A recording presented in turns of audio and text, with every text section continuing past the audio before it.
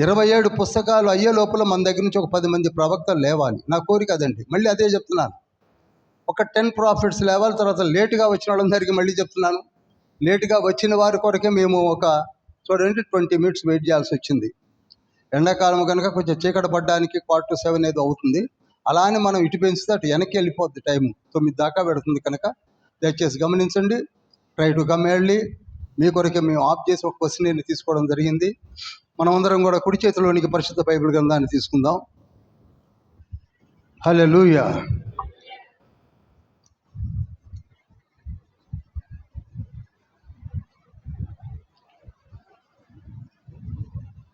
పరిశుద్ధ బైబిల్ గ్రంథం చేతిలోకి తీసుకుందాం. ఒడ్డు చేరి నీ ఎదుట నిలిచినప్పుడు రక్షక, ఒక ఆత్మనైనా తేక సిగ్గుపడి పోదునా, ఒక ఆత్మనైనా నేను రక్షింపక యేసువా, ఒక ఆత్మనైనా నేను రక్షింపక యేసువా, వట్టి చేతులతో నిన్ను దర్శించుట తగునా, వట్టి చేతులతో నిన్ను దర్శించుట తగునా. మహోన్నతుడ పరిశుద్ధుడ పరలోకపుతండి, మీ బంగారు పాదం చెంత చిన్నమందగా వచ్చి ఉన్నాం. మత్తయి సువార్తను ధ్యానిస్తూ ఉన్నాం. శ్రేష్టమైన సువార్తను ధ్యానించుటకు మీరు చూపిన కృపను బట్టి పరమ తండ్రి, అద్భుతమైన జ్ఞానమును మీరు మాకు ఇవ్వాలని ఏర్పరిచిన ఈ దినమును బట్టి మీ కార్యములు మా ఎడల జరిగించండి. యేసయ్య, మా చేతులను పట్టుకొని నడిపించండి. మీరు మాకు కావాలి, మీ వాక్కులు మాకు కావాలి, మీ పరిచర్య మాకు కావాలి. అర్థమయ్యే రీతిలో ఆత్మ తండ్రి బోధించండి. మా చిన్ని హృదయాలకు అంత ఆస్వాదించే మేధ లేకపోవచ్చు, మీరు ఇస్తే హృదయాంతరంగములోనికి ఎత్తింపబడతాయనే ఆశతో మీ బంగారు పాదంలో ముద్దుడు ప్రార్థిస్తున్నాం. ఈ చిన్ని ప్రార్థన మీ పాదము చెంతకు చేర్చుకొని వచ్చిన ప్రతి బిడ్డకు వరప్రసాదినిగా వాక్యమును ప్రసాదించమని యేసయ్య పరిశుద్ధ నామములో అతి వినయంతో వేడుకుంటున్నాం పరమ తండ్రి. ఆమేన్. ఆమేన్. గడిచిన వారము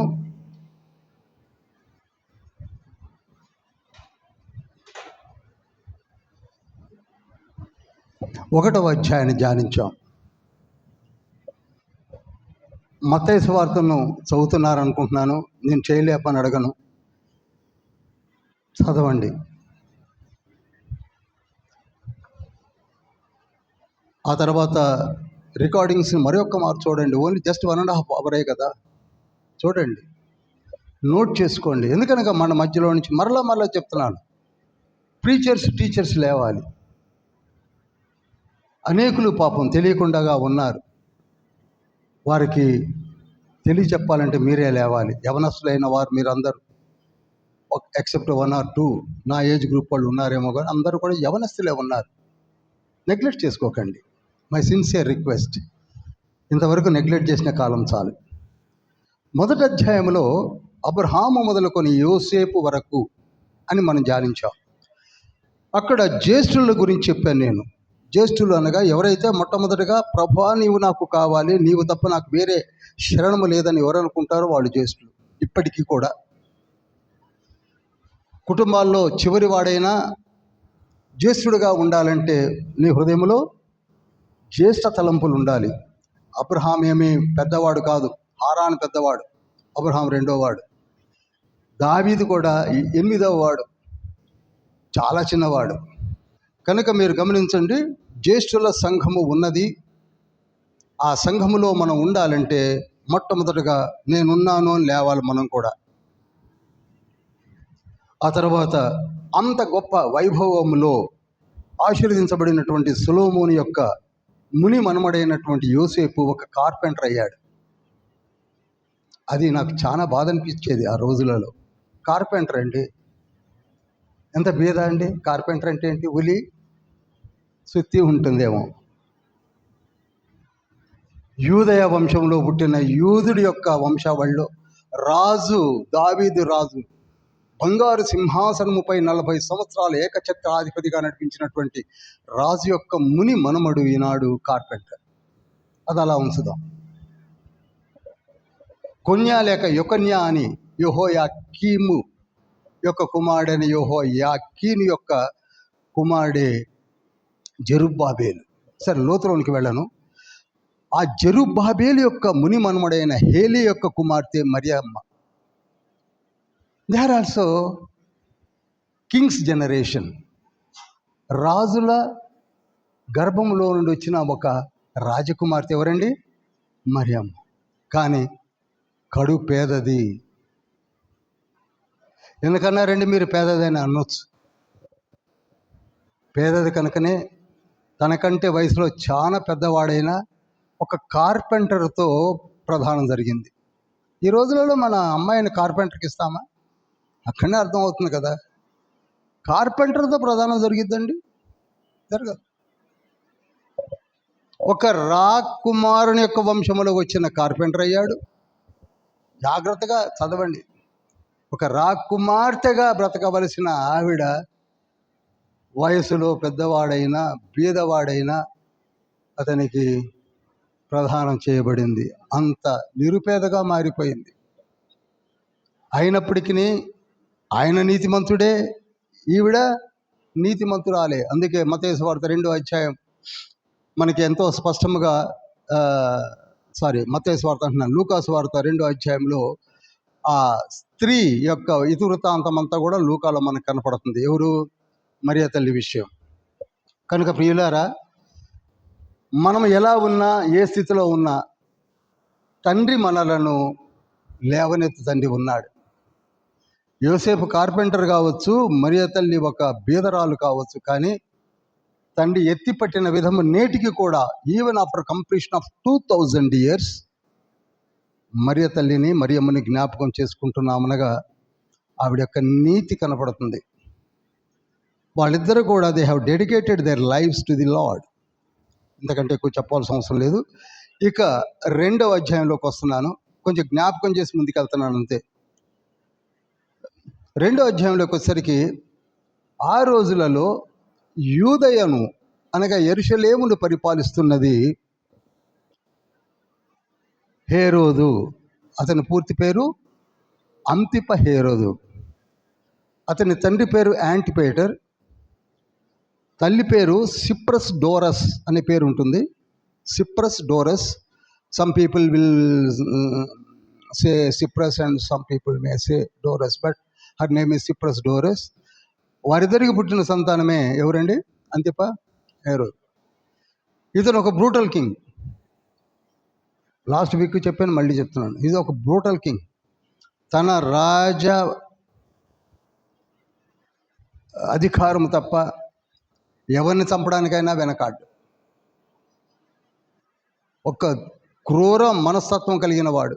అతనే తన 2వ భార్య అయిన మరియామ్ని వన్ని, అలెగ్జాండర్ అనే ఆమెకు పుట్టిన పెద్ద కుమారుణ్ణి విషం పెట్టి చంపించాడు. రాజరికం కొరకు వారు ఏదో ప్రయత్నాలు చేస్తున్నారని విని, చూడండి, చంపించాడు. అంతటి క్రూరుడు. ఆ రోజులలో ఒకసారి చదువుతారా 2వ అధ్యాయం 1-2 వచనాలు?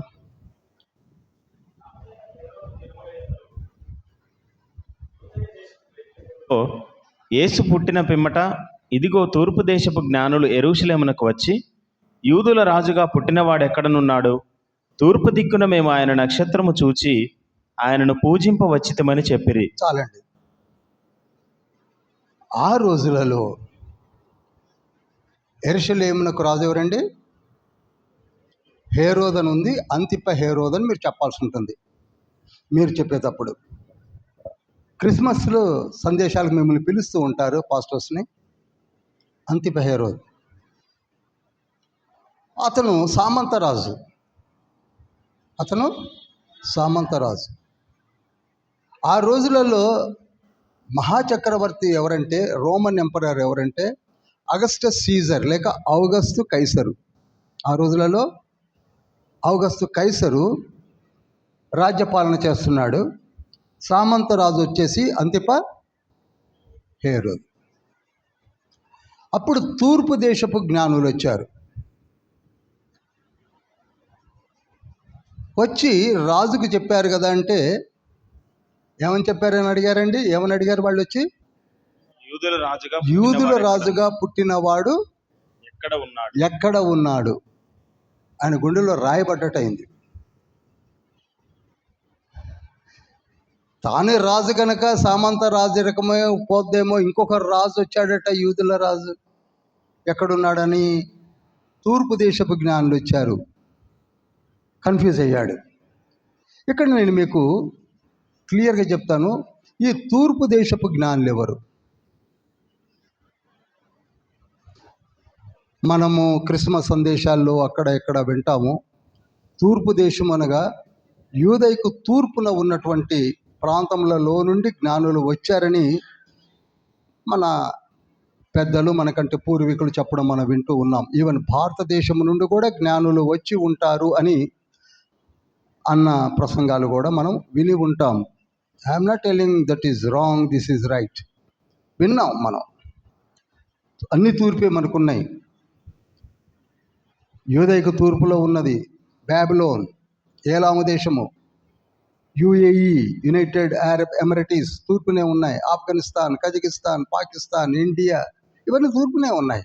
కనుక తూర్పు నుంచి వచ్చి ఉండవచ్చు అనుకున్నారు. పోతే దీన్ని రీసెర్చ్ చేసినటువంటి స్కాలర్స్, జాగ్రత్తగా వినండి, రీసెర్చ్ చేసినటువంటి స్కాలర్స్ ఆ రోజులలో మిడివల్ డేస్లో, మధ్య కాలంలో ఎక్కువగా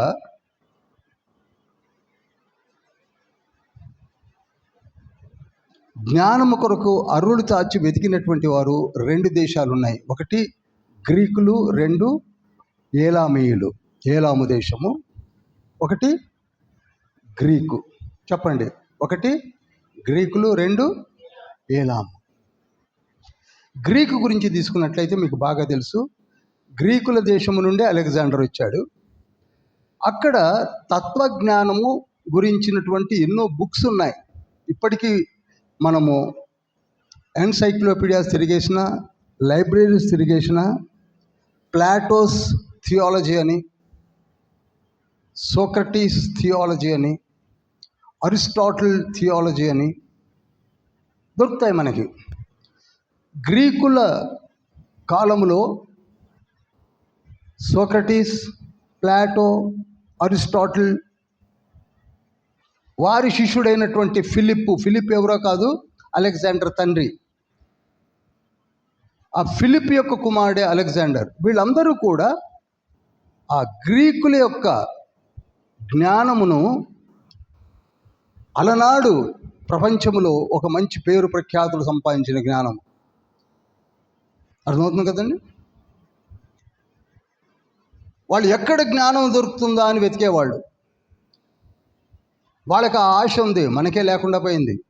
జ్ఞానం దొరుకుతుందంటే పరిగెత్తడమే. జ్ఞానం ఎవరైనా చెప్తున్నారంటే చాలు అక్కడ పోయి వెతుక్కునేవారు. ఎవరు? గ్రీకులు.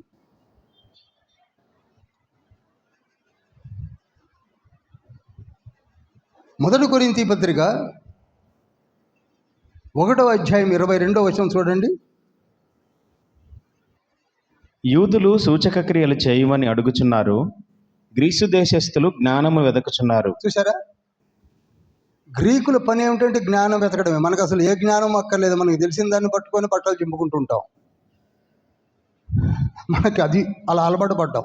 ఏదో కొంచెం ఉంటుంది, ఎవరో చెప్పింది మనసులో ఉంటుంది, అది కాదంటే పరపర చింపేసుకుంటాం. అనంతమైన జ్ఞానం ఉన్నది కనుక ఆ రోజులలో గ్రీకులు జ్ఞానము మంచి పేరు తీసుకొచ్చింది.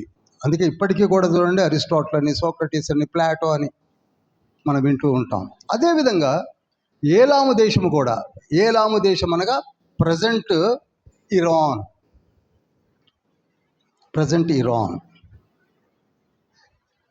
బబులోను దేశంను ఇరాక్ అంటారు, ఏలాము దేశమును ఇరాన్ అంటారు. అర్థమవుతుంది కదండి?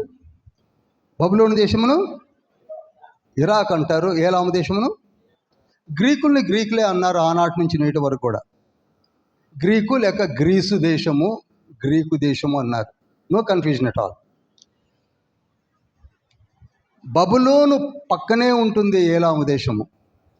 వీరి మధ్యలో ఒక హిద్దకేలు అనే నది ప్రవహిస్తూ ఉంటుంది. ఇరాక్కి ఇరాన్కి మధ్యలో హిద్దకేలు అనగా టైగ్రీస్ రివర్ ప్రవహిస్తూ ఉంటుంది.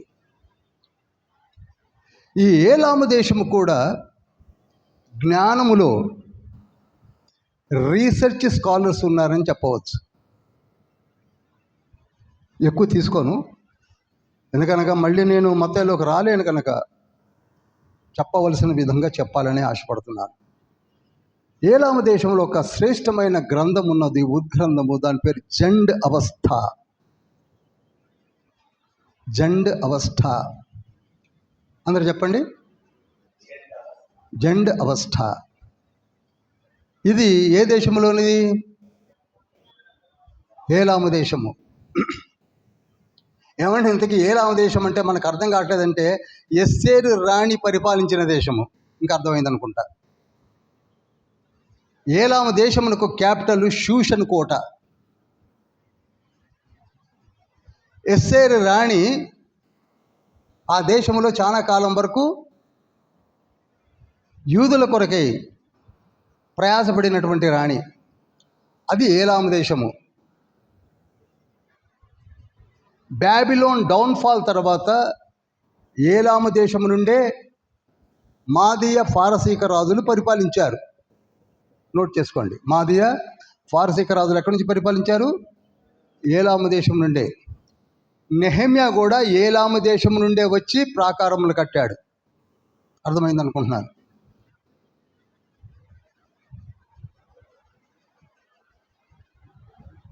ఆ ఏలాము దేశంలో ఒక అద్భుతమైనటువంటి గ్రంథం ఉన్నది ఆ రోజుల్లో. ఆ గ్రంథం పేరు ఏంటండి?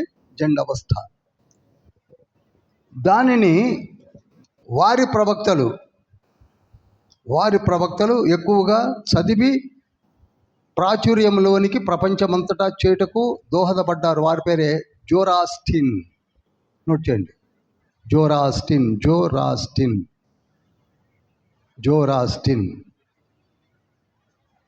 నెక్స్ట్ వీక్ అడిగితే పేర్లు ఏమైనా చెప్పగలుగుతారో లేదో డౌటే. జండ్ అవస్థ. ప్రవక్తల పేర్లు ఏంటండి? జోరాస్టిన్. నోరు తిరగకపోయినా నాలాగా ప్రాక్టీస్ చేయండి, ఏం చేద్దాం. ఆ తర్వాత ఆ ప్రాఫిట్స్ క్రింద అనగా సహాయకులుగా ఉన్నటువంటి గురువుల పేర్లు మాగాయిలు. అనగా ప్రీచర్స్. ఇప్పుడు మన దగ్గర కూడా చూసారా, ప్రవక్తల దగ్గర ప్రవక్తలు కాక, ప్రాఫిట్స్ కాక, అపోస్తులు కాక సువార్థికులు ఉన్నారు కదా. ఆ విధంగా వారికి కూడా ఆ రోజులలో మాగాయిలు ఉన్నారు. ఏమండి, ఆ జండ్ అవస్థ అనే గ్రంథములో ఒక నక్షత్రము ఉదయించి నక్షత్రము ద్వారా నడిపించబడే ఒక దైవ సంభూతుడు రాబోతున్నాడని చదివి వారు బయలుదేరి యెరూషలేమునకు వచ్చారు. ఇదండి స్టోరీ. హల్లెలూయా. ఎక్కడ వారు? వీరు ఏలాము వారిని రీసెర్చ్ స్కాలర్స్ అనౌన్స్ చేసిన విషయాన్ని మీకు చెప్తున్నాను. ఏలాము దేశం నుంచి బయలుదేరి వచ్చారు. వచ్చి హేరోద్ దగ్గరికి దిగారు. హేరోద్ దగ్గరికి వచ్చి అడుగుతున్నారు, బెత్లెహేములో ఒక రాజు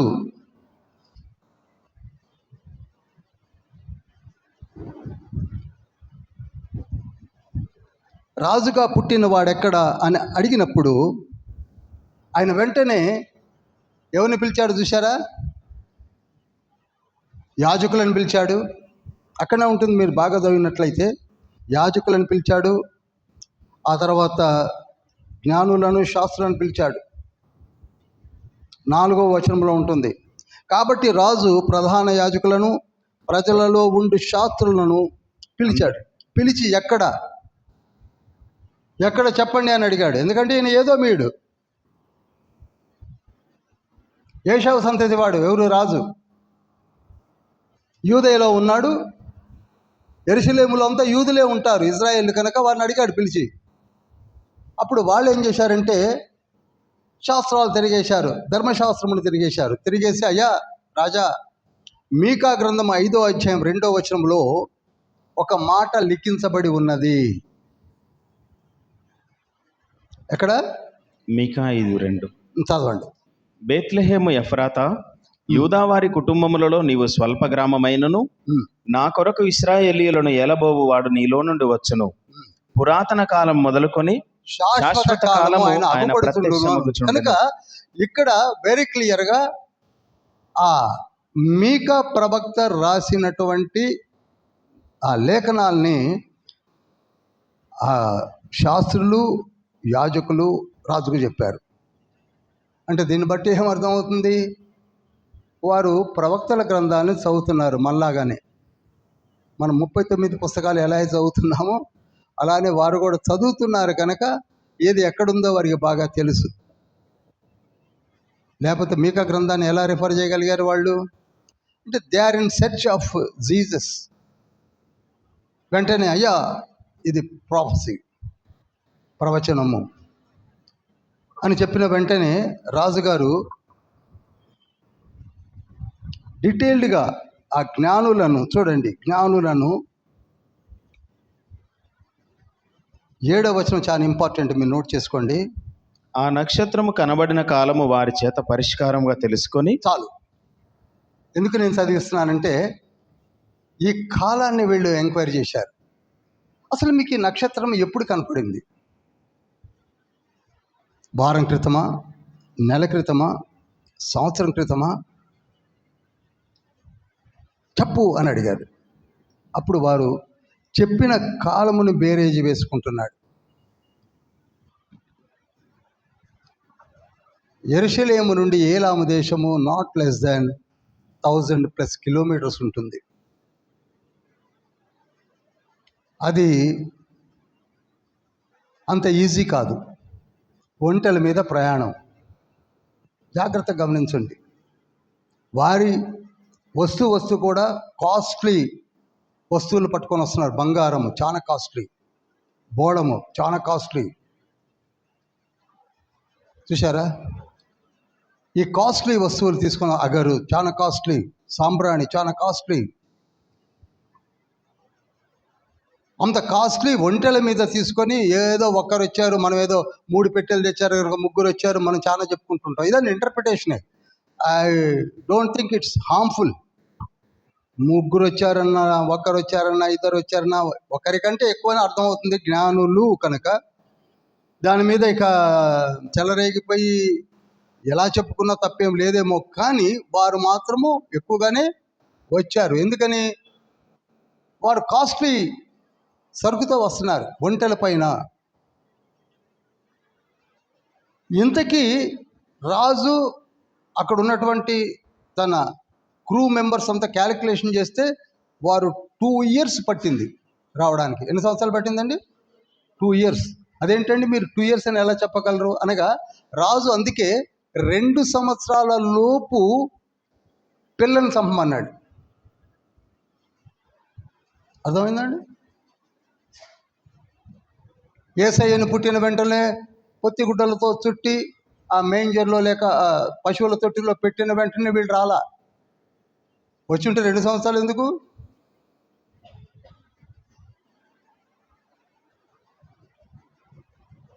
ఎందుకు 2 సంవత్సరాలు తీసుకున్నాడు అనగా క్యాలిక్యులేషన్ చేశాడు. ఇంకా మీకు ఇంకొక రిఫరెన్స్ కూడా చూపిస్తాను. 2వ అధ్యాయము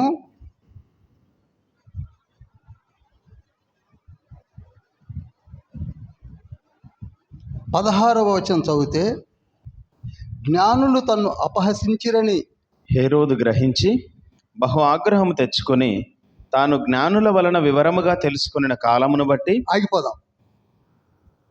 వివరంగా తెలుసుకున్న కాలమును బట్టి ఒక అంగీకారానికి వచ్చాడు. 2 years లోపును చంపాలని. అర్థమైంది కదండి? అందరికి అర్థం కావాలి. మరి అర్థం కాకపోతే మళ్ళీ అడిగితే మళ్ళీ చెప్తుంటాను. ఎందుకంటే నేను ముఖ్యమైన విషయాలనే ఎక్కువగా స్ట్రెచ్ చేసి చెప్తున్నాను. తర్వాత సువార్తలు మీరు అవలేలు చదువుకోవచ్చు. స్వస్థతలు కావచ్చు, అద్భుతాలు కావచ్చు, దెయ్యాలు వెళ్ళగొట్టడం కావచ్చు, పారబుల్స్ కావచ్చు, అవన్నీ మీకు పిండి కొట్టినట్టుగా మీకు తెలుసు. ఇవి ముఖ్యం. చాలా వరకు రాంగ్ ఇంటర్ప్రిటేషన్ జరుగుతుంది ఇక్కడనే. యేసయ్య పుట్టింది బెత్లెహేములో. పక్కా రికార్డెడ్ ఎవిడెన్స్ బెత్లెహేములోనే పుట్టాడు ఔగస్తు పరిపాలనలో.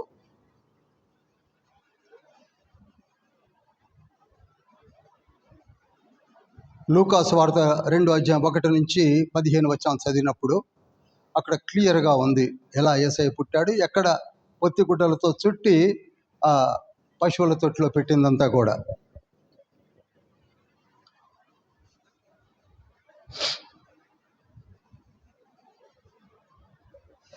ఇంతకీ వీరికి దారి చూపించింది ఎవరట? జ్ఞానులకు ఒక నక్షత్రము. మత్తయి సువార్త 2వ అధ్యాయం 9వ వచనంలో ఉంటుంది. ఒక నక్షత్రం ఎలా దారి చూపించగలదు చెప్పండి? ఒక నక్షత్రాలు మనం చాలా చూస్తున్నాం, కానీ 2 years నక్షత్రము ఒక రకంగా వాళ్ళకి కంపాస్ లాగా పనిచేసింది. జిపిఎస్ అంటే మనం ఈ రోజులలో కార్లలో, మోటార్ సైకిళ్ళకి గూగుల్ మ్యాప్స్ పెట్టుకొని మనం డ్రైవ్ చేస్తున్నాం. ఆ విధంగా వాళ్ళకి జిపిఎస్గా పనిచేసింది ఎవరు? నక్షత్రం. నక్షత్రము మూమెంట్ను బట్టి వచ్చామని హేరోదు చెప్పారు. చాలా జాగ్రత్తగా వినండి. ఆ నక్షత్రము వీరిని 2 years నడిపించింది. నక్షత్రముల గురించి ఇప్పుడు నేను చెప్పాలంటే ఇట్ టేక్స్ మచ్ టైం. దేవుడు నక్షత్రములను వాడుకుంటున్నాడు. హెబ్రీ పత్రికలో కూడా ఉంది. 1వ అధ్యాయము 8, 9, 10 వచనాల్లో ఆయన దూతలను వాయువులుగాను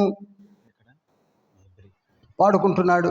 అదేవిధంగా నక్షత్రాలుగా చేసి వాడుకుంటున్నాడు. దూతలలో నక్షత్రాలు కూడా ర్యాంకుడు దూతల్ని నక్షత్రాలని పిలవడం జరిగింది. ప్రకటన గ్రంథము 9వ అధ్యాయం 1వ వచనంలో ఆకాశం నుండి ఒక నక్షత్రము రాలుట చూచితిని. ఆ నక్షత్రం ఎవరో కాదు, దూత.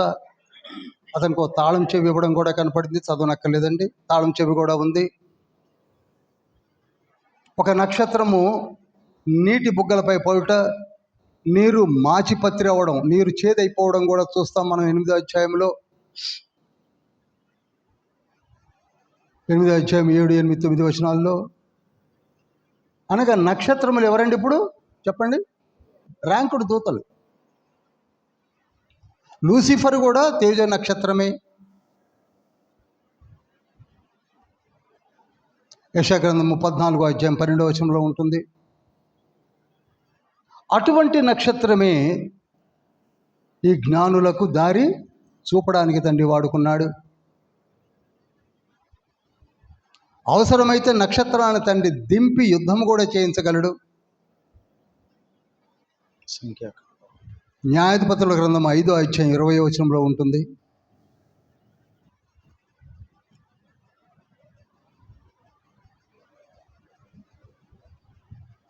అందుకంత యాక్యురేట్గా వారిని బెత్లెహేము దాకా నడిపించడం జరిగింది. ఇప్పుడు ఆ నక్షత్రము వచ్చి ఆ ఇంటి పైన ఆగడం, వీడు కరెక్ట్గా ఆ ఇంటి దగ్గరికి వచ్చి ఆగడం జరిగింది.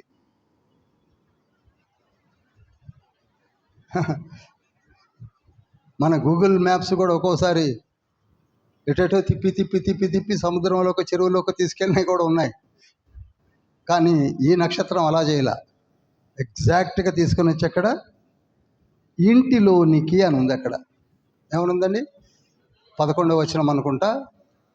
జ్ఞానులు ఇంటిలోనికి వెళ్ళి అత్యానందభరితులై, ఏమంటే సాంబ్రాణి, బోళము, బంగారము పెట్టెలను విప్పి పూజించి స్తోత్రించి రక్షకుణ్ణి కనులారా చూసి తరించి వాళ్ళు 2 years జర్నీని కూడా సంతోషంతో, ఆ జ్ఞానులు నిజంగా ధన్యజీవులు.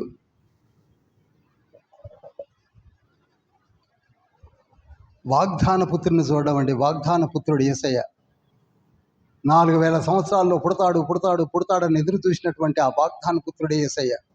ఆ వాగ్దాన పుత్రుని చూసింది ఎవరు? జ్ఞానులు.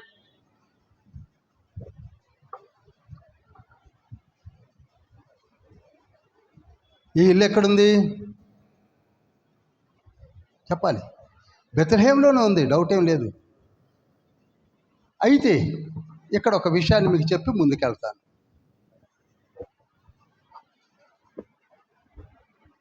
యేసయ్య పుట్టింది బెత్లెహేములోనే.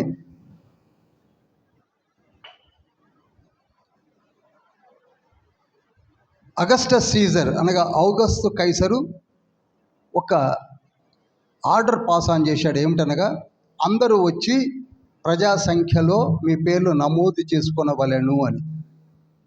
అందరూ ఆయన అండర్లో ఉన్నటువంటి, ఆయన పవర్ అండర్లో ఉన్నటువంటి ప్రజలందరూ కూడా వచ్చి వారి వారి యొక్క అడ్రస్లు ఇచ్చి నమోదు చేసుకోవాలన్నప్పుడు, ఈ యోసేపు మరియలు, మరి అప్పుడే గర్భము దాల్చి ఉన్నది, వారిద్దరూ కూడా గలిలీ ప్రాంతము నుండి, ఎక్కడి నుంచండి? గలిలీ ప్రాంతం నుండి బెత్లెహేమునకు వచ్చారు. ఎంత దూరం ఉంటుందో రఫ్గా చెప్పగలరా? నేను చాలాసార్లు చెప్పాను, చెప్పగలరేమో అని అడుగుతున్నాను. 79 kilometers యెరూషలేము నుండి గలిలీకి, ప్లస్ ఒక 15 వేసుకోవచ్చు యెరూషలేము నుండి బెత్లెహేమ్కి. అర్థమవుతుందండి చరిత్ర? చాలా లోతులోకి వెళ్ళి చెప్తున్నాను. ఇక మీరు ఎక్కడ పోయి ఎక్కడ వెతుకోవాల్సిన ఏ ఎన్సైక్లోపీడియా కూడా అక్కర్లా. You need not search any encyclopaedia. 79 + 15 వేసుకుంటే ఎంత అవుతుందో అంత దూరము వీళ్ళు వచ్చారు. కడుపుతో ఉన్నటువంటి మరియమ్మ, యోసేపు వచ్చారు. ఎక్కడికి వచ్చారు? బెత్లెహేమ్. ఎక్కడికండి? బెత్లెహేమ్. బెత్లెహేమునకు వచ్చినప్పుడు అందరూ వచ్చారు కదా, సత్రం అంతా గజిబిజిగా ఉంది. ఒక తిరణాల మీకు అంటే గుర్తుకొద్దేమో. హ్యూజ్ క్రౌడ్, నో ప్లేస్, అన్నీ నిండిపోయి ఉన్నాయి. బెత్లెహేము యొక్క రూములన్నీ కూడా, అక్కడ బెత్లెహేంలో ఒక సత్రం ఉంది. ఆ సత్రం అంతా కూడా ప్యాక్ అయిపోయి ఉంది. అన్ని ఇళ్ళు కూడా ప్యాక్ అయిపోయి ఉన్నాయి, ప్రజాసంఖ్యతో, బంధువులతో నిండిపోయి ఉన్నాయి. అందుకే యోసేపునకు మరియమ్మకు ప్లేస్ దొరకక బెత్లెహేము యొక్క సత్రానికి ఉన్నటువంటి కోర్ట్యార్డ్లోనే ఉండిపోయారు వీళ్ళు. ఇవి మామూలుగా వినకండి, మళ్ళీ చెప్తున్నాను, జాగ్రత్తగా వినండి. మామూలుగా వినకండి, కూర్చొని ఏదో వింటున్నాం కాదు. ఒక్కసారి పరకాయ అవ్వండి. అర్థమవుతుందండి? పరకాయ అవ్వండి. ఏమంటే పరకాయ అంటే ఎలా అవుతుంది అని అడగొచ్చు. నేను ఒక విషయం చెప్తాను, కొంచెం పక్కకి వెళ్ళి మీరు జాగ్రత్తగా ఆలోచించండి. తండ్రి ఆది కుటుంబంలో ఎవరెవరిని ఏర్పాటు చేశాడు? ఆదాము, హవ్వ.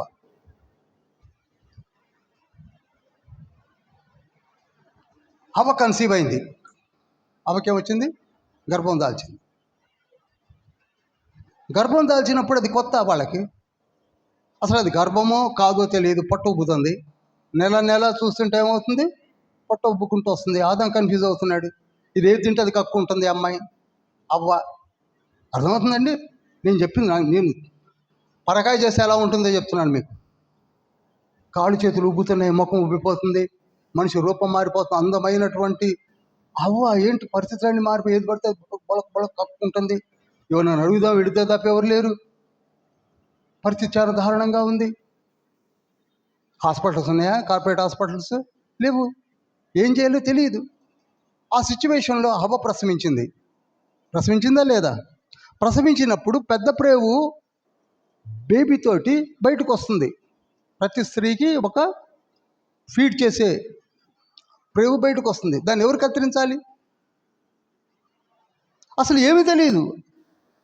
ఆదాం పిచ్చోడైపోతున్నాడు. సిచ్యువేషన్ ఒకసారి ఆలోచించండి, మీకు అర్థమవుతుంది. ఏదో 4వ అధ్యాయం 1వ వచనంలో ప్రభువా నీవు నాకు ఒక కుమారుని ఇచ్చితివి కనుక అని ప్రార్థన చేసిందని వెళ్ళిపోతాం ముందుకి. ఏంటది? దాని వెనక ఎంత స్టోరీ ఉంది? ఎవరు కత్తిరించారు? మళ్ళీ ఆ ప్రేమ ఎలా ఆవిడలోనికి వెళ్ళింది? ఆవిడకి ఎవరు ఉప్పు రాశారు? ఆ బేబీని ఎవరు కడిగారు? వాళ్ళ దగ్గర ఆకులు అలమలు తప్ప ఏమున్నది? అక్కడ తీసుకెళ్ళి పెట్టి ఉంటాడు అంతే ఆదాం. అంతకంటే ఏం చేయగలడు? చదివేటప్పుడు జాగ్రత్తగా చదవండి. లేఖనాన్ని ఏదో గబా గబా చదువుకొని వెళ్ళిపోవడం కాదు. ఒక్క కయ్యనే కాదు, తర్వాత హేబేలు పుట్టాడు, తర్వాత షేతు పుట్టాడు. కొంత ఎక్స్పీరియన్స్ వచ్చి ఉండొచ్చు ఆదాంకి. బట్ అందుకే హవ్వ అన్నది ఏమిటంటే ఎవరి దయ వలన ఇదంతా జరిగింది అంటున్నాడు?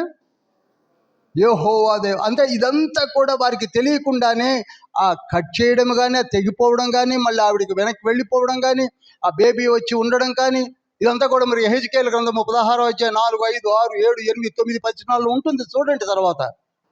నువ్వు జన్మించినప్పుడు నీకు ఉప్పు రాయకపోతుంది, నేను కడగకపోతుంది, అదంతా నేనే చూసుకున్నానని చెప్తున్నాడు అక్కడ.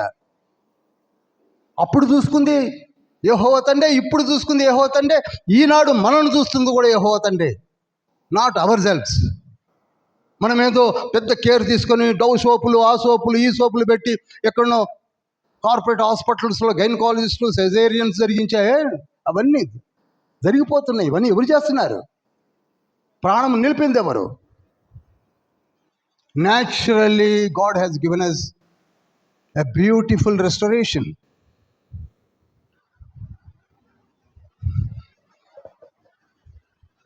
అందుకే అక్కడ లేఖనాలు మనం స్పష్టంగా చూడాలి. యేసుక్రీస్తు ప్రభువారు పుట్టినప్పుడు సత్రం ఏమైపోయిందండి? చెప్పరు? ప్యాక్ అయిపోయింది, నిండిపోయి ఉన్నది. ఆ సత్రం ఎవరిదో తెలుసా? నోట్ చేసుకోండి. గెరూతు కింహము. గెరూతు. అందరు రిపీట్ చేసి చెప్పగలరా? సత్రం పేరు.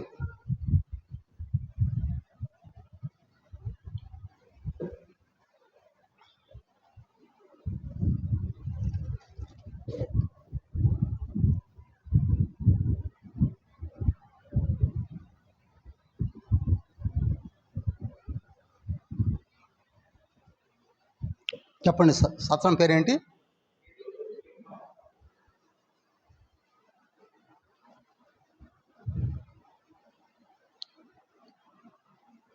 ఈ కింహము అనే వ్యక్తి ఆ సత్రాన్ని కట్టించాడు. ఎవరైనా కట్టించింది? కింహము అనే వ్యక్తి.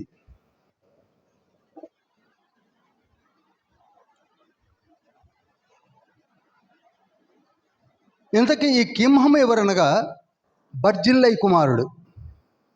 నోట్ చేయండి. బర్జిల్లయి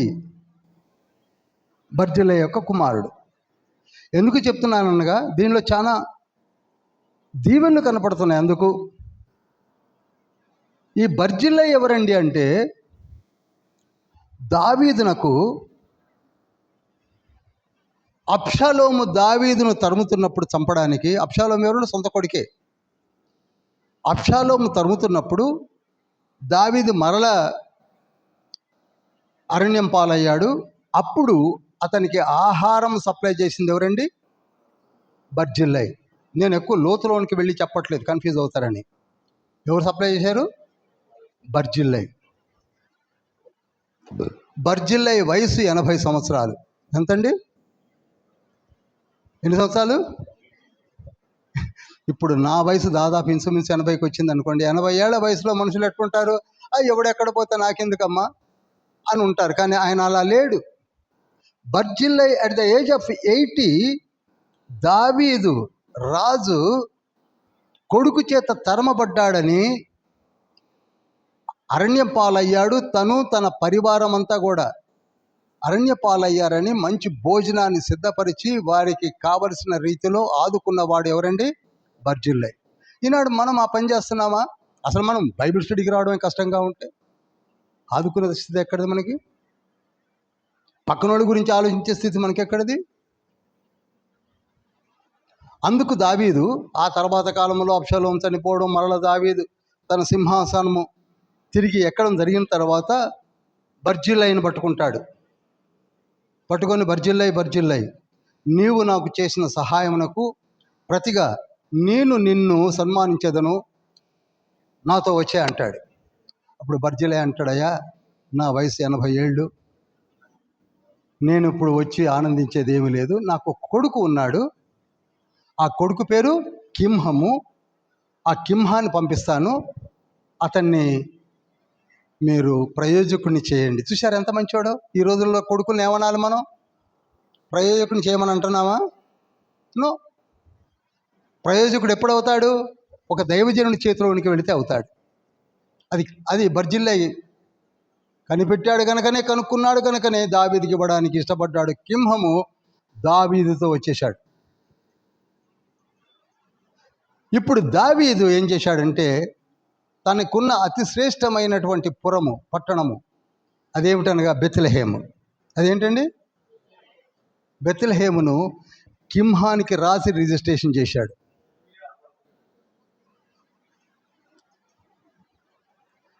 కింహం ఏం చేశాడంటే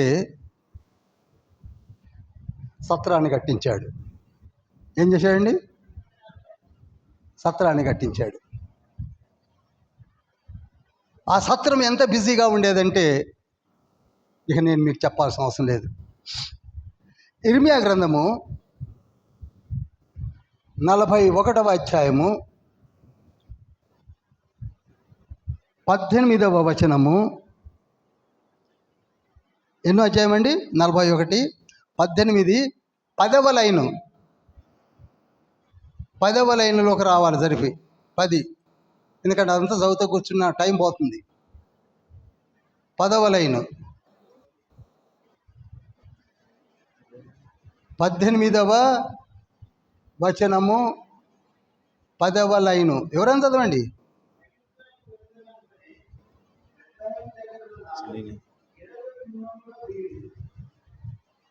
మళ్ళీ పెద్దగా వారు కల్దీయులకు భయపడి ఐగుప్తునకు వెళ్ళుదమనుకొని బెత్లెహేము దగ్గరనున్న గెరూతు కింహములో దిగిరి. అదిగో గెరూతు కింహం అనే సత్రంలో దిగారు. సరే, ఆ స్టోరీ అంతా మీరు 48వ అధ్యాయం చదివితే మీకు అర్థమవుతుంది. ఆ రోజులలో ఒక పెద్ద సత్రం. ఇంతకీ దావీదుకు ఈ బెత్లెహేము ఎలా వచ్చింది చెప్పగలరా? యెషయి దావీదుకి ఇచ్చాడు. దావీదు తండ్రి పేరు ఏం పేరండి? యెషయికి ఎవరి ద్వారా వచ్చింది? ఓబేదేము నుంచి వచ్చింది. ఓబేదేముకి ఎవరిచ్చారు? చెప్పరేమండి? రూత్ హస్బెండ్ ఎవరు? బోయేజ్ ఇచ్చాడు. బోయేజ్కి ఎవరిచ్చారు? షల్మాన్ ఇచ్చాడు. కనుక షల్మాన్ యొక్క రిజిస్టర్డ్ ల్యాండ్ అయినటువంటి ఆ బెత్లెహేమును ఇప్పుడు ఎవరు పాలైంది? ఇది బైబిల్ స్టూడెంట్స్ వెళ్ళవలసిన విధము. హల్లెలూయా. ఏదో చదువుకొని ఒక్క ముక్క తీసుకొని బెత్లెహేము అంటే కుదరదు. మీరు ఈ విధంగా బోధించడం మొదలు పెట్టాలని తండ్రి యొక్క కోరిక. అందుకే మత్తయి సువార్తలో ఇవన్నీ ఉన్నాయి. షల్మాను రాహబునందు బోయజు రూతునందు, ఓబేదేముకు పుట్టినవాడు, యెషయికి పుట్టినవాడు దావీదు. కనుక దావీదునకు వచ్చినటువంటి ఆ స్వాస్థ్యమును ఎవరికి ఇచ్చాడు? ఇప్పుడు కింహానికి ఇచ్చాడు. కింహం ఏం చేశాడు? ఒక చక్కటి కట్టాడు. ఇప్పుడు చూడండి, ఒక మంచి పని చేస్తే తండ్రి దీవించే విధం చెప్తున్నాను నేను. బర్జిల్లై చేసినటువంటి ఒక మంచి పనికి దేవుడిచ్చినటువంటి కృప ఏమిటనగా తన కుమారుడైనటువంటి కింహమునకు బెత్లెహేమే అనుగ్రహించబడింది. ఈనాటికి as and today we are just referring the name Bethlehem. బెత్లెహేమా ఎఫ్రాతా అని అల్పమైన గ్రామం ఎంచుకునవద్దు. నీలో నుండి ఎవరు వస్తున్నారు? యేసు ప్రభువే రాబోతున్నాడు. పోతే అక్కడ ప్రసవము జరిగింది. 8వ దినమున సున్నతి చేశారు. మరియమ్మ యోసేపులు అక్కడనే ఉన్నారు. ఎన్ని దినాలు ఉన్నారు? 40 దినాలు ఉన్నారు. ఎన్ని దినాలు ఉన్నారు చెప్పండి? ఎక్కడున్నారు? సత్రం దగ్గరలోనే. అర్థమవుతుందండి? మనం 21 రోజుకి బయటికి వెళ్ళిపోతాంగా. మనకు తెలుసు, మనకు ఒక శాస్త్రం ఉందిలేండి, మనది సపరేట్ శాస్త్రం. 21 డేస్ పురుళ్ళు మనవి. కొందరు 21 దాకా కూడా ఆగరేమో. కానీ యాజ్ పర్ ది లా వాళ్ళు ఎన్ని రోజులు ఉన్నారు అక్కడ చెప్పాలి? 40 డేస్ ఉన్నారు. లేవికాండము 12వ అధ్యాయము 2 నుంచి 8 వచనాల్లో ఉంది.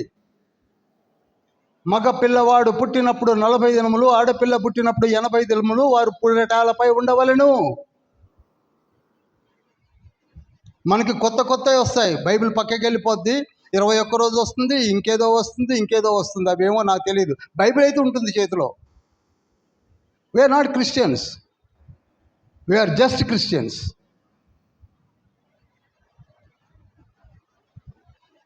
40 దినములైన తర్వాత 40 డేస్ కావడంతో గాడిదనెక్కి గలిలీకి వెళ్ళిపోవాలా. ఎక్కడికి వెళ్ళారు? పరిశుద్ధాలయంకు వెళ్ళారు. ఎక్కడికి వెళ్ళారండి? లూకాసు వార్త 2వ అధ్యాయము 21, 22 వచనాలు. 20 నుంచి చదివితే ఇంకా మంచిది. అంతటా ఆ గొర్రెల కాపరులు తమతో చెప్పబడినట్టుగా తాము విన్న వాటిని కన్న వాటిని గూర్చి దేవుని మహిమపరచుచు స్తోత్రము చేయుచు తిరిగి వెళ్ళిరి. ఆ శిశువునకు సున్నతి చేయవలసిన 8వ దినం వచ్చినప్పుడు గర్భమందు ఆయన పడక మునుపు దేవదూత చేత పెట్టబడిన యేసు అను పేరు వారు ఆయనకు పెట్టిరి. మోషే ధర్మశాస్త్రము చొప్పున వారు తమ్మును శుద్ధి చేసుకుని దినములు గడిచినప్పుడు, చూడండి, మోషే ధర్మశాస్త్ర ప్రకారముగా శుద్ధి చేసుకుని దినములు గడిచినప్పుడు అనగా ఎన్ని రోజులు? 40 డేస్. చెప్పండి, అందరూ చెప్పాలి. 21 పాటించకండి దయచేసి, మీకు దండం పెడతాను. చెప్పండి ప్లీజ్. అడగండి స్ట్రైట్గా. ఆర్ యూ క్రిస్టియన్ అని అడిగి ఎక్కడి నుంచి వచ్చింది బాబు అని అడగండి. మనం కూడా మేమే వెళ్తున్నాం, పాస్టర్స్ వెళ్తున్నారు. మేమంటారు నన్ను కలపకండి, నేనైతే వెళ్ళను. వెళుతున్నారు, వెళ్ళి ప్రార్థన కూడా చేస్తున్నారు ప్రభువా అని. ఎందుకు చేస్తున్నారు నాకు తెలియదు. No, it's not correct. మనము రీసెర్చ్ స్కాలర్స్ అంటాను నేను. మీరందరూ research scholars, not just students. We're making research. ఏదో అందరితో నలుగురితో పాటు అని ఏదో సాధనలు చెప్పుకొని తిరగడం కాదు. బైబిల్ చెప్తుందండి. బైబిల్ చెప్తుంది. మత్తయి సువార్త 5వ అధ్యాయం 17వ వచనంలో ఏమని ఉంటుంది? ధర్మశాస్త్రమునైనను ప్రవక్తల వచనములైనను పుట్టివేయుటకు వచ్చిన వాడును కాను, అందులో సున్నైనను పొల్లైనను కామైనను పుల్ స్టాప్ అయినను నెరవేర్చడానికే నేను వచ్చానని యేసయ్య చెప్తుంటే మనం 21కి ఎందుకు వెళ్తున్నాం? ఏం చదువుతున్నాం?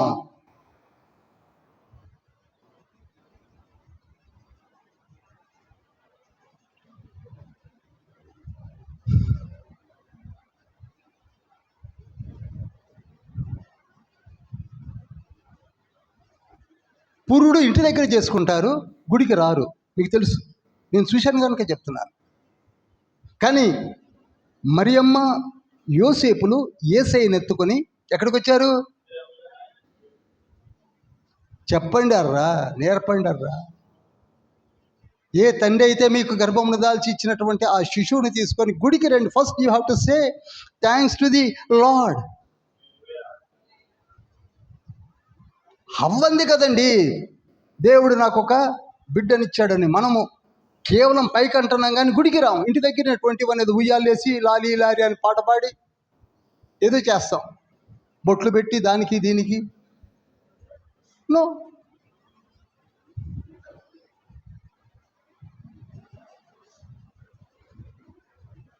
అక్కడ అద్భుతమైన రీతిలో ఇంకెక్కువ లోతులోనికి వెళ్ళను. పరిశుద్ధాలయంలో ప్రభువుని దేవాలయంలో అందరికీ చూపించి, అందుకే అక్కడ సిమియోను ఏమన్నాడు, నేను వెలుగును రక్షణను చూశానని చెప్పి ప్రొఫెసై చేశాడు. 29వ వచనంలో 2:29లో జాగ్రత్తగా వినండి. 36వ వచనంలో ఏమని ఉంటుంది, 2:36లో, లూకా 2:36లో అన్న అనే ఒక స్త్రీ కనపడుతుంది. అవునండి, 2:36లో ఉంది కదా. ఆవిడెవరు? మరియు ఆషేరు గోత్రికురాలును పనూయేలు కుమార్తెయునైన అన్న అను ఒక ప్రవక్తి ఉండేది. చాలండి. ఆవిడెవరు? ఎక్కడుంది? ఆలయంలో ఉంది. ఎక్కడుంది? ఆవిడ ఏజ్ ఎంత ఉంటుంది? 80+. సరే, ఎక్కువ నేను క్యాలిక్యులేషన్ చేసి చెప్పను. ఈ రోజులలో ఎలా ఉంది? అసలు స్త్రీలు బోధించడానికి వీల్లేదు. చూసారా? స్త్రీలు మొన్ననే చెప్పాను, ఇది పాప అన్నప్రాసనకి చెప్పాను మెసేజ్, ఎంతమందికి అర్థమైందో. ఈ అన్న అనే ప్రవక్తను ఎక్కడున్నది? ఒక ప్రవక్త ఉన్నాడు, అతని పేరు సిమియోను. ఇంకొక ప్రవక్తని ఉన్నది, ఆవిడ పేరు అన్న. ఎక్కడుంటుంది? ఆలయంలోనే ఉంటుంది. వచ్చే పోయే వారికి ఆవిడ ప్రవక్తని కనుక, ప్రవక్తని కాముగా ఉండదు. ప్రవక్తని అనగా దేవుని నుండి పొందుకున్న విషయములను వచ్చు సంఘమునకు చెప్పే ఒక గొప్ప ధన్యత కలిగినటువంటి ఒక స్త్రీ మూర్తి. ఆవిడ పేరు అన్న. స్త్రీల మైత్రిలో చెప్పుకోండి స్త్రీలారా. ఈరోజు వచ్చేసి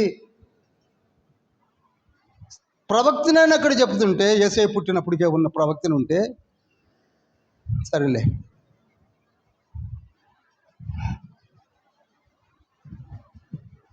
ఆ విధంగా ప్రభువుని తీసుకొని వచ్చినటువంటి ఆ యోసేపు మరియమ్మలు ఎక్కడ కూడా ఒక చిన్న పొరపాటు జరగకుండగా, లూకాసు వార్త 2:39వ వచనం చదువుతారా? అంతటా వారు ప్రభు ధర్మశాస్త్రము చొప్పున సమస్తమును తీర్చిన పిమ్మట. ఆగండి. అంతటా వారు ప్రభువు ధర్మశాస్త్రము చొప్పున సమస్తమును తీర్చిన పిమ్మట. అది తీర్చాకనా తీరవకుండానా? మనకు అసలు బైబిల్లే పక్క పెట్టేస్తాం. పురుడు రోజు మనకు బైబిల్ ఎక్కడ ఉందండి? పక్కకి వెళ్ళిపోతుంది. పిమ్మట వారు ఎక్కడికి వెళ్ళిపోయారు? చదవండి పాస్టర్ గారు. అంతటా వారు గలిలయలోని నజరేతను తమ ఊరికి తిరిగి వెళ్ళిరి. చాలు, వెళ్ళిపోయారు కదా. గలిలీకి వెళ్ళిపోయారా లేదా? చెప్పండి, ఇంతవరకు అర్థమైందా? అప్పుడు యేసయ్య ఏజ్ ఎంత? ఇంతసేపు చెప్పా కదండి, గొంతు పోయిందాక. 40 రోజులు అనండి అమ్మ. ఎన్ని రోజులు? కానీ జ్ఞానులు వచ్చే నాటికి 40 రోజులు కాదు. ఎన్ని సంవత్సరాలు? అనగా వీరు గలిలోనికి వెళ్ళిన తర్వాత యేసయ్యకి 2 సంవత్సరాల వయసు వచ్చిన తర్వాత వీరు మరలా బెత్లెహేంకి వచ్చారు. ఒకసారి గట్టిగా చప్పట్లు కొట్టండి.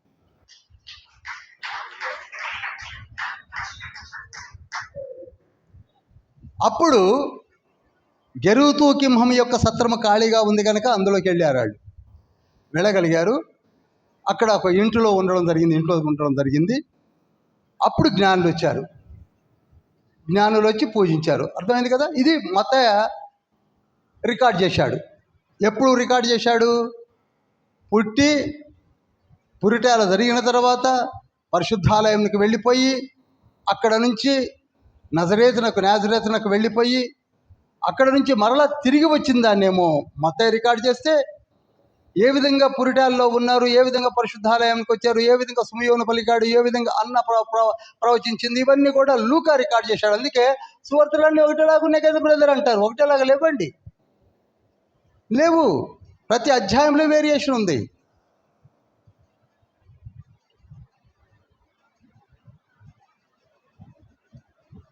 కనుక జ్ఞానులు సంతసించి పూజించి అర్పించి తిరిగి వెళ్ళిపోయిన తర్వాత వారు తిరిగి రాలేదు, నాకు చెప్పమని చెప్తే చెప్పకుండా వెళ్ళిపోయారని హేరోదునకు బహు కోపం వచ్చి ఏం చేశాడంటే 2 సంవత్సరాల వయసు కలిగినటువంటి పసిపిల్లల్ని చంపేయమన్నాడు, జీవోపాసన చేశాడు. ఎందుకని? అతను రాజు అని ప్రాఫెసీ ఉంది కనుక, ఆ ప్రవచనం నెరవేరుతుంది కనుక చంపేసే గొడవ లేదనుకున్నాడు. అప్పుడే యోసేపునకు ఒక దివ్యమైనటువంటి వరం ఉంది. అదేమిటనగా దర్శనాలు పొందుకుంటాడు ఆయన. దర్శనాల వరం ఉంది. 2వ అధ్యాయం 13వ వచనంలో ఉంటుంది, చదవండి. ఆ శిశువును సంహరింపవలనని ఆయనను వెదకపోవుచున్నాడు గనుక నీవు లేచి ఆ శిశువును ఆయన తల్లిని వెంటబెట్టుకొని ఐగుప్తునకు పారిపోయి నేను నీతో తెలియజెప్పు వరకు అక్కడనే ఉండుమని అతనితో చెప్పెను. చాలండి, యోసేపుకి ఇన్స్ట్రక్షన్స్ వచ్చేసాయి. యోసేపు గెటప్, మరియమ్మని తీసుకొని ఈజిప్ట్కి వెళ్ళిపో. ఈజిప్ట్ ఏమన్నా పాల్వంచ కొత్తగూడెం లాగుందా?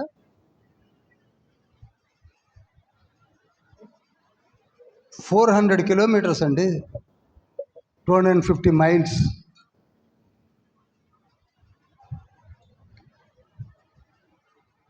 మరియమ్మ కూడా ఏమో నీ దర్శనం ఏమో కానయ్యా, నేను 400 కిలోమీటర్లు జర్నీ చేయలేని గాడిద పైన నేను రాను అందా. ఇప్పుడు మన భర్తలు భార్యకి ఏదని చెప్తే వస్తున్నారండి? చెప్పండి. ఏం చెప్పావు దర్శనంలో? పద గాడిదని ఎక్కుతా నేను అంటుందా? నీ దర్శనాలు ఏమిటో నువ్వేంటో, పోతే నువ్వు నేనైతే రాను, మా పుట్టింటికి వెళ్ళిపోతా అంటారు కదా, అలా అనలా. అందుకే కుటుంబం అంటే యోసేపు మరియలదే. ఒక నీతిమంతుడు నీతిమంతురాలు కలిసి జరిగించిన కార్యము కుటుంబము. ఈ రోజుల్లో మన కుటుంబాలు ఉన్నాయి. భర్త చెప్తే వినరు, భార్య చెప్తే భర్త అసలే వినడు. వాళ్ళిద్దరు కలిసి వెళ్ళారు. ఎక్కడికి వెళ్ళారు? ఈజిప్ట్కి వెళ్ళారు.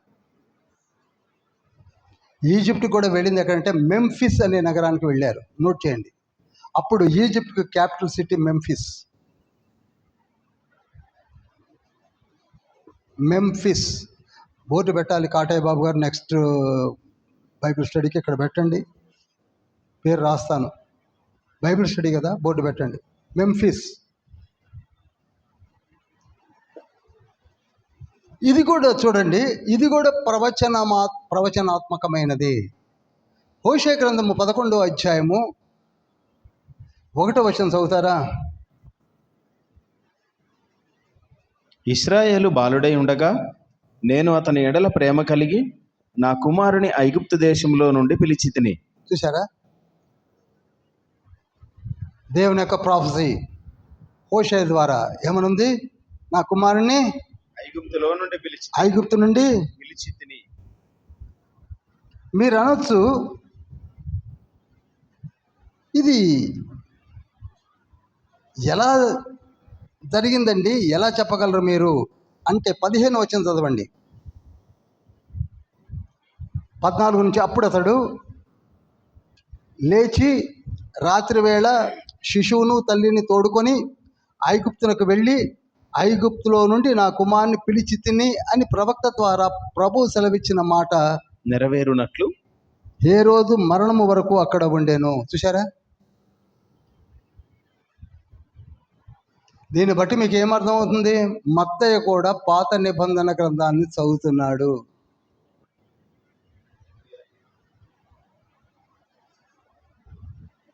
చదవందల్లా మనమే.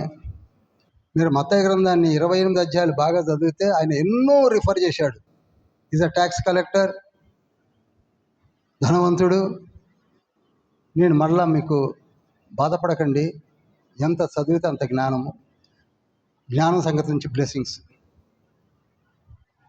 దీవెనలు మామూలుగా ఉండవండి. బైబిల్ చదివేవారి దీవెనలు మామూలుగా ఉండవు. అద్భుతమైన బ్లెస్సింగ్స్ ఉంటాయి. టన్స్ ఆఫ్ బ్లెస్సింగ్స్ ఉంటాయి. మామూలు బ్లెస్సింగ్స్ కాదు.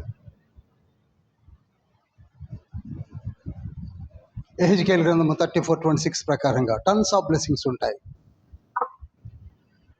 సరే, యేసయ్య వెళ్ళిపోయాడు. ఎక్కడికి? ఐగుప్తుకి.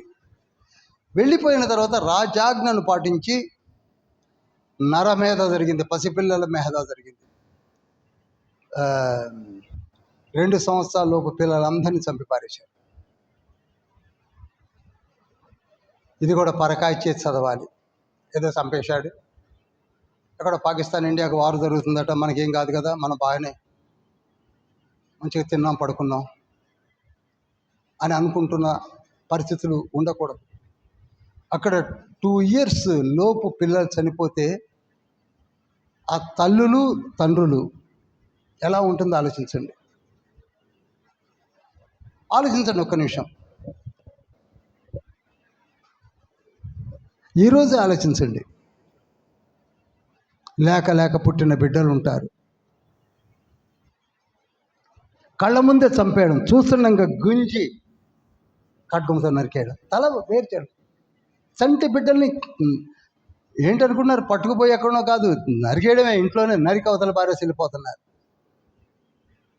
ఎక్కడ జరిగింది ఇది? చూడండి, 16-17 చదువుతారా? ఆ జ్ఞానులు తన్ను అపహసించరని హేరోదు గ్రహించి బహు ఆగ్రహము తెచ్చుకొని తాను జ్ఞానుల వలన వివరముగా తెలుసుకున్న కాలమును బట్టి బేత్లెహేములోను దాని సకల ప్రాంతములలోనూ 2 సంవత్సరములు మొదలుకొని తక్కువ వయస్సు గల మగపిల్లలను అందరినీ వధించెను. అందువలన చాలండి, ఓడుతోండి. వధించెను. ఎత్తుకుపోవడం కాదు, వధించెను. నాకు మనమళ్ళు మనవరాళ్ళే కనపడుతుంటారు. వధించడం ఏంటండి? అక్కడ ఒక మాట ఉంది, రామాలో అంగలార్పు వినబడెను, ఏడుపును మహారోదన ధ్వనియు కలిగెను. రాహేలు తన పిల్లల విషయమై ఏడ్చుచు వారు లేనందున ఓదార్పు పొందనొల్లకై ఉండెను అని ప్రవక్త అయిన ఇర్మియా ద్వారా చెప్పబడిన వాక్యం నెరవేరెను. ప్రతి మాటని స్ట్రెస్ చేసి రాస్తున్నాడు. ప్రతి మాట ప్రాఫెసీస్ని యాజ్ ఇట్ ఈజ్గా రికార్డ్ చేస్తూ వస్తున్నాడు. మొత్తం మనలాగా చదవట్లా. ప్రతి మాటను. ఇది ఇర్మియా గ్రంథము 31వ అధ్యాయము 15వ వచనంలో ఉంది. యెహోవా ఇలాగు సెలవిచ్చుచున్నాడు, ఆలకించుడి. రామాలో అంగలార్పును మహారోదన ధ్వనియు వినపడుచున్నవి. రాహేలు తన పిల్లలను గూర్చి ఏడ్చుచున్నది. చాలండి.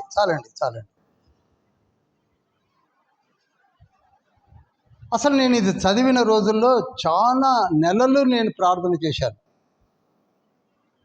నేను అంత స్కిప్ చేయలేదు లేఖనాన్ని. ఇప్పుడు కాదండి, నేను చదివిన రోజుల్లోనే.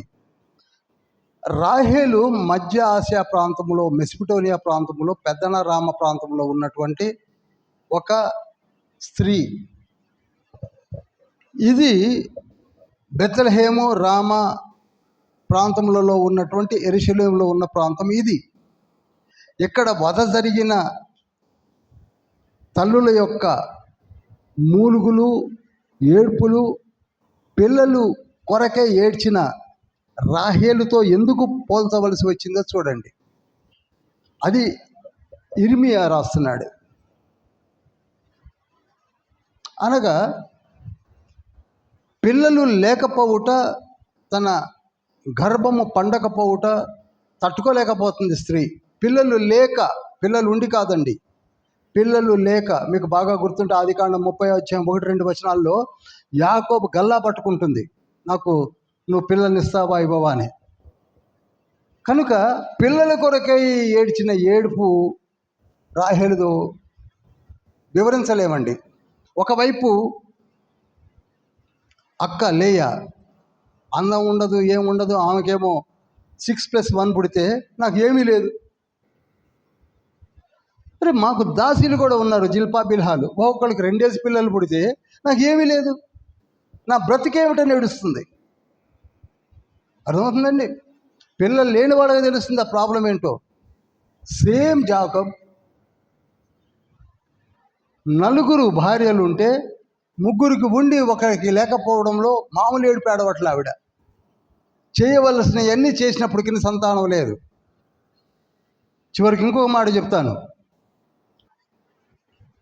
దేవుడు కనకరించి ఆమెకి ఇచ్చినటువంటి గర్భఫలములో మొట్టమొదట పుట్టింది ఎవరండి? యోసేపు. యోసేపేగా పుట్టింది. తర్వాత బెన్యామీను కనలేకనే ఆవిడ ఆ రామ ప్రాంతంలో చనిపోయింది. ఎక్కువ డీటెయిల్డ్గా వెళ్ళను. ఆదికాండం 35వ అధ్యాయము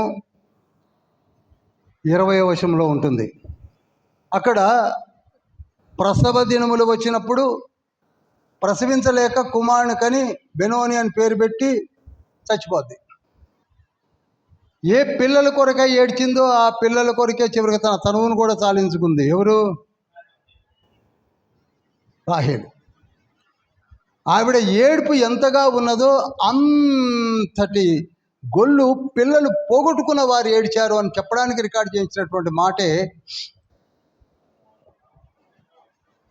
రామాలో అంగలార్పులు వినపడ్డాయి. కన్న తల్లులకు తెలుస్తుంది కడుపు కోత. తన కళ్ళ ముందు 2 సంవత్సరాల పిల్లలు, మగ పిల్లలు చనిపోతుంటే. దీని మీద నేను చాలా కాలం ప్రార్థన చేసినప్పుడు తండ్రి నాకు ఇచ్చిన రెవల్యూషన్స్ మీకు చెప్తున్నాను. నమ్మితే నమ్మండి, లేకపోతే వదిలేయండి.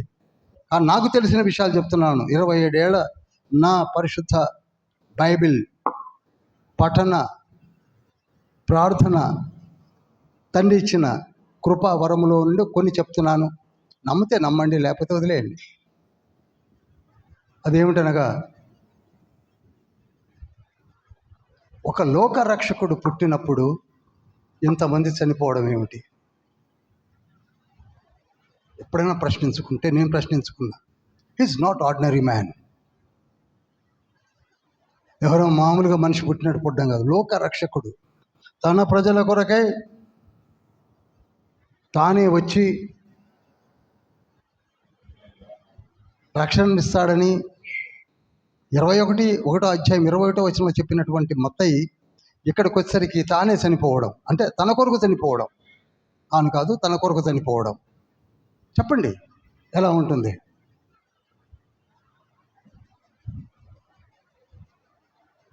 వీరికి సంగతి ఏమిటి? తల్లుల యొక్క కడుపు కోత, తల్లుల యొక్క ఆవేదనకు తండ్రి ఇచ్చినటువంటి బహుమానం ఏమిటనగా, నేను చెప్తున్నాను, ఇది నా రెవల్యూషన్. మళ్ళీ చెప్తున్నాను మీకు. మున్ముందు ఒకవేళ ఎవరైనా చెప్పినా, లేక మీకు తండ్రి చెప్పినా, మీరు అప్పుడు ఫలానా 2025 మే నెలలోనే ఒక తారీఖు ఎంత 11 చెప్పాడని చెప్పి మీరు గుర్తు చేసుకోవచ్చు. వారు ఎవరో కాదు, యేసుక్రీస్తు ప్రభువుల వారితో ఇప్పుడు పరలోకంలో వెళ్ళినా కనపడే 1,44,000 మంది యవనస్తులు. 1,44,000. నోట్ చేయండి. ప్రకటన గ్రంథము 14వ అధ్యాయము 1-2 వచనాల్లో, మరియు నేను చూడగా ఇదిగో ఆ గొర్రెపిల్ల సియోను పర్వతం మీద నిలవబడి ఉండెను. ఆయన నామమును ఆయన తండ్రి నామమును నొసళ్ళ యందు లిఖింపబడి ఉన్న 144,000 మంది ఆయనతో కూడా ఉండిరి. చూడండి ఇక్కడ వీరికి ఇచ్చినటువంటి ఆధిక్యతను చూడండి. ఈ 144 lakh of people, 1.44 lakh of people ఇచ్చిన తండ్రి ఆధిక్యత ఏంటంటే, ఎవరెవరి నామాలు ఉన్నాయి వాళ్ళపైన? తండ్రి నామం ఉన్నది, యేసయ్య నామం ఉన్నది. ఇది ఒకటి జాగ్రత్తగా మీరు రికార్డ్ చేయండి.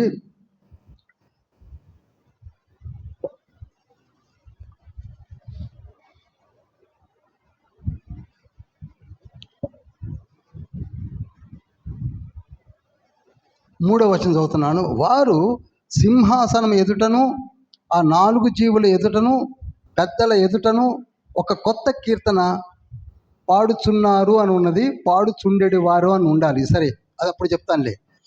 వీరి డ్యూటీ ఏమిటంటే వీరిని పరలోకములోనికి, దేవదూతల లోకములోనికి తీసుకోవడం జరిగింది. ఎందుకనగా ఎవరి కొరకు చనిపోయారు వీళ్ళు? ప్రభువు కొరకు, యేసయ్య కొరకు. యేసయ్య కొరకు. కేవలం యేసయ్య నామములో చనిపోయిన వారు. వారు చనిపోయింది యేసయ్య అనుకొని చంపారు. హేరోది ఇచ్చిన ఇన్స్ట్రక్షన్స్ కూడా అది. ఇందులో యేసయ్య చచ్చిపోయాడు అనుకొని చంపారు. అందుకే వాక్యమైన దేవుని యొక్క నామము, కుమారుడైన యేసయ్య నామం కూడా వారి నొసటిన ఉన్నది. వారు ఒక కొత్త కీర్తన ఎప్పుడు పాడుతూ ఉంటారు పరలోకములో. ప్రకటన గ్రంథం 4వ అధ్యాయం సెటప్ తర్వాత చెప్తాను నేను. అక్కడ 4వ వచనం నేనే చదువుతున్నాను. వీరు స్త్రీ సాంగత్యమున అపవిత్రులు కానివారు. ఇంతకీ ఈ 1,44,000 మంది యవనస్తులుగా కనపడుతున్నారు కనుక మనోళ్ళందరూ కూడా మనకంటే ముందుగా బోధించినటువంటి కొందరు బోధకులు ఏమనుకున్నారంటే దీన్ని ఇంటర్ప్రిట్ చేస్తూ వెళ్ళారు. స్త్రీ సాంగత్యము వారికి అసలు తెలియదు. ఆ యవనస్తులకి స్త్రీతో ఎటువంటి రిలేషన్షిప్ లేదు. నంబర్ 1. నంబర్ 2, గొర్రెపిల్ల ఎక్కడికి పోవునో అక్కడికి వీళ్ళు వెళుతూ ఉంటారు. యేసయ్య ఏ అఫీషియల్ వర్క్ మీద బయలుదేరినా యేసయ్య అమ్మటి ఉంటారు. ఎందుకని? యేసయ్య కొరికే తీసుకోబడ్డవారు వీళ్ళు. ఓకే. 3వది, వీరి నోట అబద్ధము కనపడలేదు.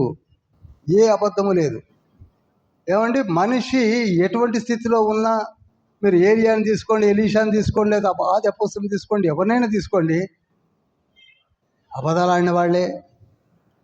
కానీ వీరి నోట ఏ అబద్ధము వారి నోట కనపడలేదు, వినపడలేదంటే వాళ్ళు 2 years old. వాళ్ళకి ఇంకా మాటలే రాలేదు. కనుక అబద్ధమని అపవాది వేయడానికే ఛాన్స్ లేదు.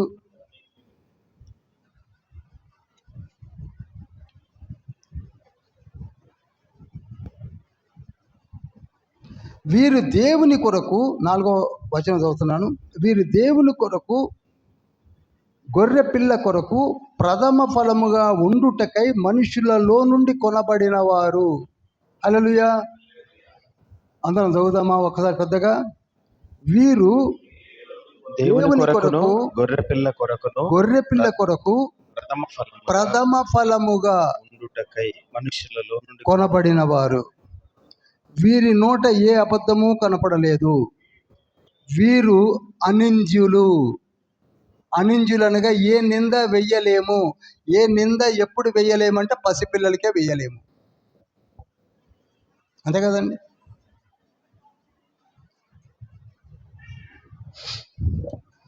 ప్రసంగి గ్రంథం 7వ అధ్యాయం 29వ వచనము, మత్తయి సువార్త 18వ అధ్యాయం 10వ వచనము,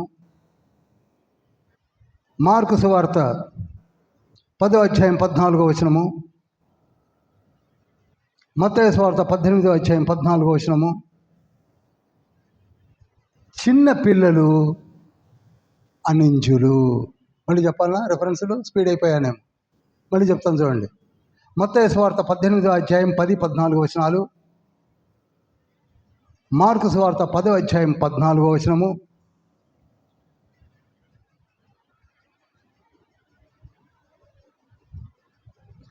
ప్రసంగి గ్రంథం 7వ అధ్యాయం 29వ వచనము.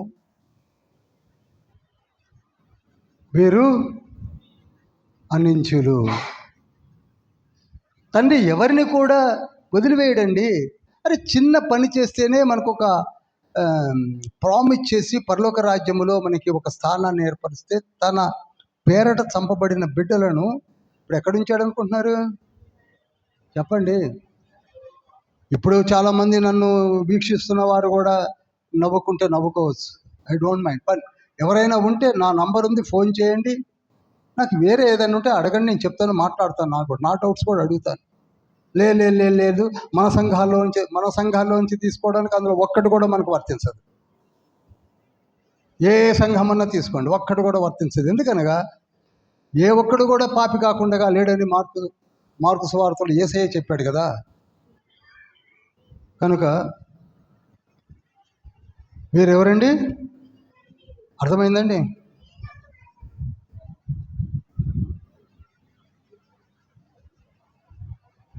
నాకు ఇంకా 12 minutes ఉంది.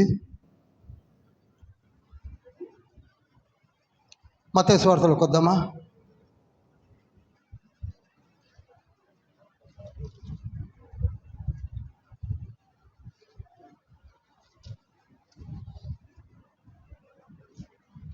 సరే, ఎప్పుడైతే ఈ వధ జరిగిందో ఆ తర్వాత కాలక్రమేణా కాలము జరిగిన తర్వాత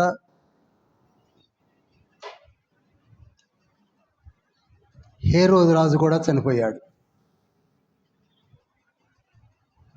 హేరోదు రాజు చనిపోయిన తర్వాత రాజు అయింది ఎవరంటే అర్కేలాయి. ఎవరండి? అర్కేలాయి. మత్తయి సువార్త 2:22 ఉంది, స్పష్టంగా లిఖించే ఉంది. ఎవరు చనిపోయారు? హేరోదు. అంతిపై హేరోదు చనిపోయిన తర్వాత రాజు అయింది ఎవరు? అర్కెలాయు. ఇంతకీ అర్కేలాయి ఎవరి కుమారుడు? ఎవరైనా చేయలే చెప్పగలరా? మన స్టూడెంట్స్ కాదు, ఓల్డ్ స్టూడెంట్స్ కాదు. అంతిప హేరోదుకి 5 భార్యలు. 5 భార్యలలో ఎన్నో భార్య కుమారుడు అర్కేలాయి? కాపీ కొట్టా?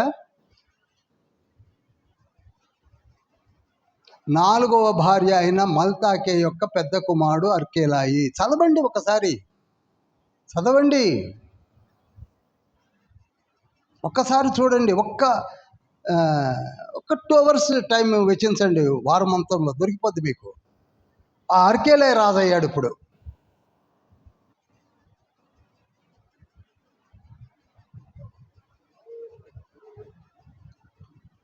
మొట్టమొదటి భార్య పేరు డోరస్ అయిన పెద్ద కుమారుడు అయినటువంటి ఆ కుమారుడు ఒకడే యాంటిపేటర్, అతనికి ఇవ్వాల. అరిస్టోబులస్కి ఇవ్వాల.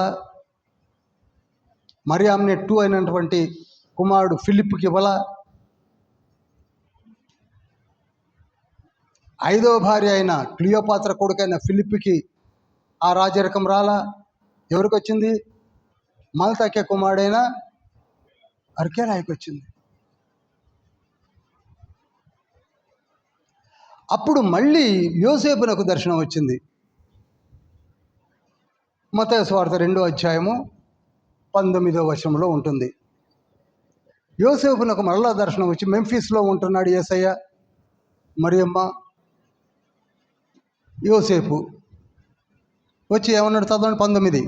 హేరోదు చనిపోయిన తరువాత ఇదిగో ప్రభువు దూత ఐగుప్తులో యోసేపునకు స్వప్నమందు ప్రత్యక్షమై, నీవు లేచి శిశువును తల్లిని తోడుకొని ఇశ్రాయేలు దేశమునకు వెళ్ళుము, శిశువు ప్రాణము తీయజూచుచుండిన వారు చనిపోయిరని చెప్పెను. చాలు.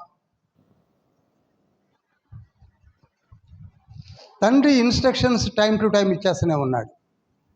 అయిపోయింది, నువ్వు వెనక్కి వెళ్ళిపో, ఈజిప్ట్ వదిలేసేయి అన్నాడు.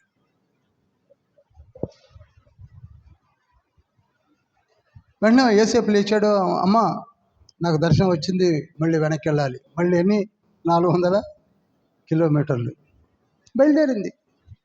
అదే మనమైతే ఏమంటాం? ఇక్కడ బాగానే యేసయ్య పిల్లలతో ఆడుకుంటున్నాడు, కలిసిపోయాడు. ఈ అపార్ట్మెంట్ వాళ్ళు కూడా చక్కగా కలిసిపోయారు, హ్యాపీగా. యేసయ్య కూడా చక్కగా కలిసిపోయాడు. ఎందుకండి మళ్ళీ అనవసరంగా అర్కేలాయి ఎట్లాటోడో మనకెందుకు, ఇక్కడనే ఉందా? నో, భర్త చెప్పాడు, లేచింది, మళ్ళీ బయలుదేరారు. ఏకాత్మ, ఏక శరీరము, ఏక ప్రాణము అనేది ఆ రోజులలో ఉన్నదేమో. వాటిని చూసి మన కుటుంబాలు నేర్చుకోవాలని కదా. ఏదో వినేసి వెళ్ళిపోవడం కాదు క్రిస్టియన్ లైఫ్ అంటే. అడాప్ట్ చేయడం అండి జీవితంలో. మళ్ళీ వెనక్కి వచ్చారు. ఎక్కడికి వచ్చారు? ఎక్కడి నుంచి పోయారు? అక్కడికి వచ్చారు. వచ్చిన తర్వాత 23వ వచనం చదవండి. అయితే అర్కలాయు తన తండ్రి అయిన హేరోదునకు ప్రతిగా యూదయ దేశమును ఏలుచున్నాడని విని అక్కడికి వెళ్ళవెరచి స్వప్నమందు దేవుని చేత బోధింపబడిన వాడై గలిలయ ప్రాంతములకు వెళ్ళి నజరేతను ఊరికి వచ్చి అక్కడ కాపురముండెను. ఆయన నజరేయుడు అనబడునని ప్రవక్తలు చెప్పిన మాట నెరవేరునట్లు ఇలాగ జరిగెను. ఎవరా ప్రవక్త చెప్పాడంటే చాలామంది ప్రవక్తలు చెప్పారు. ఇర్మియా చెప్పాడు, హోషేయ చెప్పాడు 14:2 ఇర్మియా చెప్పాడు,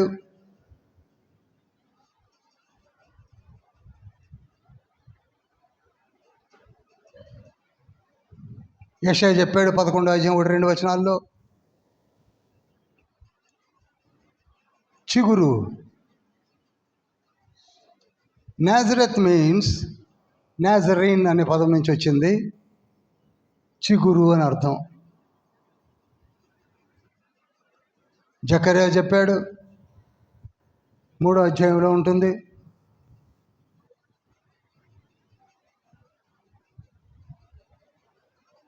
ఆ ప్రాఫెసీ నెరవేర్చబడాలి కనుక ఆ చిగురు అనే సార్థక నామధేయునిగా ప్రవచనం నెరవేర్పు జరగాలి కనుక ఆయన యెరూషలేములోనే ఉండిపోతే ప్రవచనం నెరవేర్పు జరిగేది కాదు. ఆ ప్రాఫెసీ నెరవేర్చబడకపోతే ప్రవచనం యొక్క ఏర్పాటు తండ్రి ఎలా జరిగించాలో అలా జరిగిస్తాడు. తానే ప్రవచింపజేశాడు, తానే నాజరేతుకి వెళ్ళిపోయాడు. చూడండి, ఇక్కడ ఎవరైతే లిఖింపజేశారో బాల యేసుగా ఉన్న ఆ యేసయ్యే లిఖింపజేశాడు, ఆ యేసయ్యే జరిగిస్తున్నాడు కార్యాలని.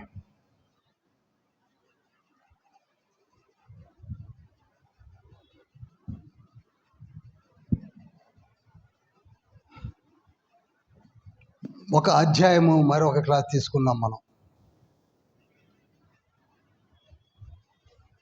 ప్రియులారా, బైబిల్ స్టడీ మీన్స్ చాలా విషయాలు తెలుసుకోవడానికి కేటాయించబడినటువంటి స్టడీ.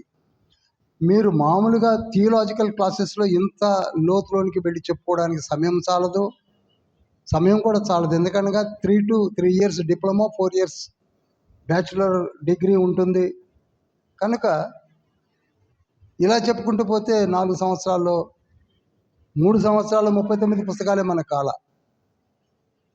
కనుక వాళ్ళు వెళ్ళిపోతారు. అందులో ఇంత లోతుగా వెళ్ళడానికి వీలుండదు, అంత ధ్యానించడానికి మనము ధ్యానించడానికి కూడా సమయం ఉండదు. కానీ తండ్రి ఇక్కడ నుండి కొందరిని, మరి ముఖ్యంగా ఆన్లైన్ వ్యూవర్స్ కూడా తండ్రి ఈ విషయాలు తెలియచేయాలనే ఇంత టైం తీసుకుంటున్నాడు.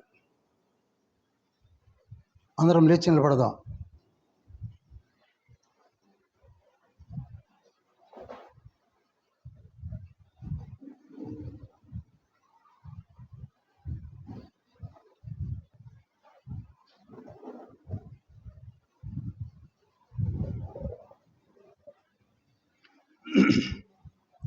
రెండు చేతులు పైకెత్తి, ఇంత గొప్ప మాటలు మనం విన్నాం, లోతైన విషయాలను మనం తెలుసుకున్నాం.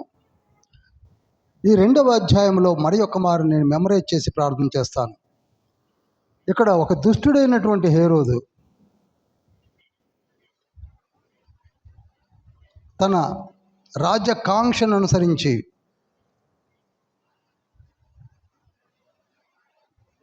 లక్షలాది పసి కోనలను చంపి పారేశాడు.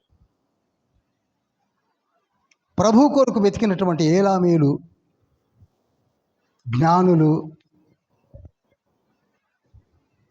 ప్రభువుని పూజించి తరించి వెళ్ళారు. మనము ఈనాటికి కూడా ఆ వాగ్దాన ఫలమును చూశాము, ప్రతి ఆదివారం వింటున్నాము, తెలుసుకోవడానికి ప్రయత్నం చేస్తున్నాము. కానీ ఆ తీవ్రత, ఆ తపన మనలో కలగడం లేదు. గమనించండి, వాక్యములు చదువుతున్నప్పుడు ప్రతి విషయమును మీరు ధ్యానించడానికి ప్రయత్నం చేయండి, పరకాయ చేయండి. అనేక విషయాలు ఉన్నాయి. నిర్లక్ష్య వైఖరి మంచిది కాదు. ఇప్పటికీ కూడా యేసయ్య దేవుడేనా అనేవాళ్ళు ఉన్నారు, కాదనేవాళ్ళు ఉన్నారు. నేను అంటాను, యేసయ్య దేవుడు కాదు అనేవాళ్ళు క్రిస్టియన్ ఎలా అవుతాడండి? What is the meaning of Christian? Christian అనగా క్రీస్తును దేవునిగా అంగీకరించిన వాడే కదా. మీరు ఏంటంటే క్రిస్టియన్ అంటారు, యేసయ్య దేవుడేనా అని అడుగుతారు. అదేం క్రిస్టియానిటో నాకు తెలియదు. కనుక ఇటువంటి అంధత్వములో ఉన్నారు అంటే వారికి ఫస్ట్ కావాల్సింది జ్ఞానము. అందుకే మీకు నా జ్ఞానము లేకయే మీరు నశించుతున్నారు అన్న మాటలు మన చెవుల్లో ఎక్కువ వలె వినపడుతున్నాయి. యేసయ్య రక్షకుడు, ఆయన వచ్చాడు, వచ్చిన విధమును మనం ధ్యానించాము. చంపడానికి ట్రై చేశారు. దేవదేవుని చంపడం ఎవరి వల్ల అవుతుంది? ఆయన చచ్చాడు. ఆ తర్వాత కాలంలో అదే అంతిపహేరోదుగా అర్క్యాలయ తర్వాత చార్జ్ తీసుకున్నటువంటి ఆయన కూడా దిక్కులేని చావు ఫ్రాన్స్ జైల్లో చచ్చిపోతాడు. చెప్తాడు మీకు ముందు. ప్రభువుని ముట్టుకున్నవాడు, ప్రభు బిడ్డలను ముట్టుకున్నవారు ఉండరు. ఎందుకనగా తండ్రి కనుగుడ్డును ముట్టుకున్న వానిగా ఎంచుతాడు. కనుక ఈనాడు మనము కూడా యథార్థవర్తనులమై ధ్యానించి ప్రభు బిడ్డగా, ప్రభు యొక్క కుమార్తెనుగా మనము నిలబడాలి. మనము నిలబడమే కాక మనతో పాటుగా అనేకులను ఈ నిత్యరాజ్య సువార్తను ప్రకటింపజేయాలి, ఆత్మను రక్షించుకోవాలి. అందుకే ఆత్మలందు వాంఛలేక సోమరులై కాలము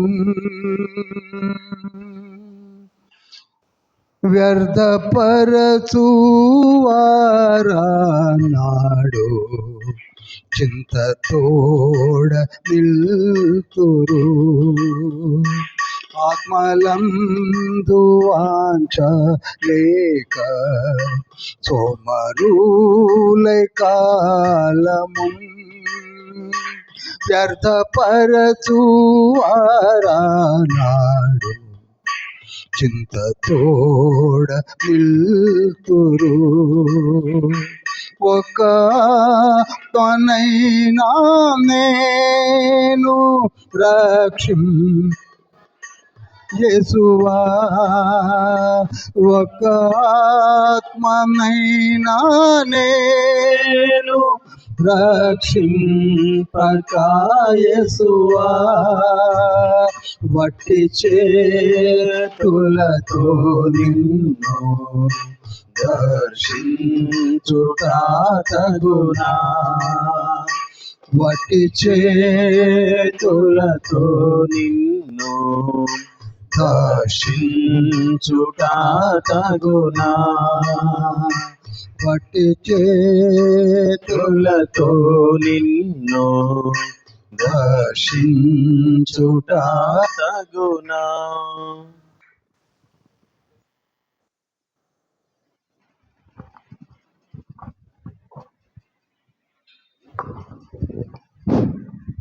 యేసయ్య, మీ బంగారు పాదం చెంతకు వచ్చా. చిన్ని సబ్మిషన్ బ్లెస్సింగ్స్ మీ నియమం తెలియజేస్తుంది. మీ వాగ్దానాలన్నీ అవునన్నట్టుగా ఉన్నాయి. ప్రథమ ఫలముగా చనిపోయినటువంటి ప్రతి బిడ్డను పరలోకంలో ఏర్పాటు చేసుకున్నారు. అంత గొప్ప తండ్రి మీరు. సెకండ్ కమింగ్లో కూడా మీతో పాటు వస్తున్నారు.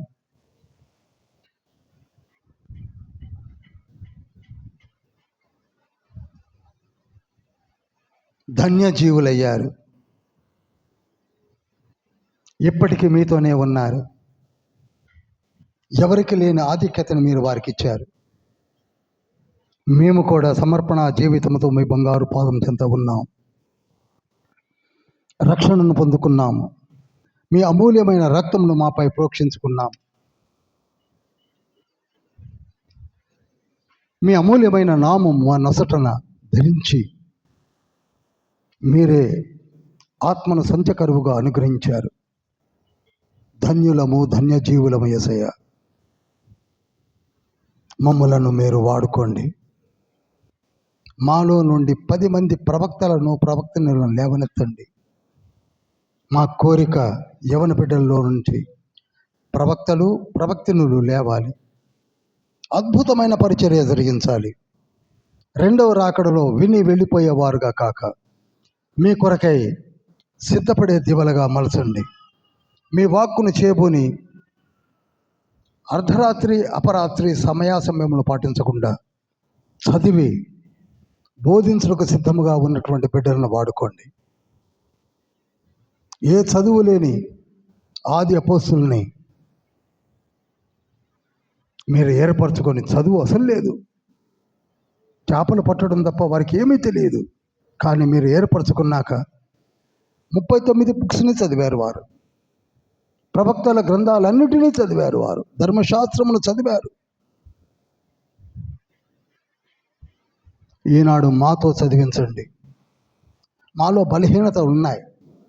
మేము బైబిల్ని చదవలేకపోతున్నాం, ధ్యానించలేకపోతున్నాం, ఉన్న జ్ఞానమునే సరిపెట్టుకుంటున్నాం. కానీ మీరు ఇంకా జ్ఞానం ఇవ్వాలని, మీరు మాతో మాట్లాడాలని, మీ కార్యములు మా ద్వారా జరిగించాలని ఉన్న కోరికను తీర్చండి.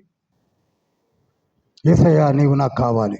అందరం అందాం, యేసయ్యా నీవు నాకు కావాలి, నా కుటుంబానికి కావాలి.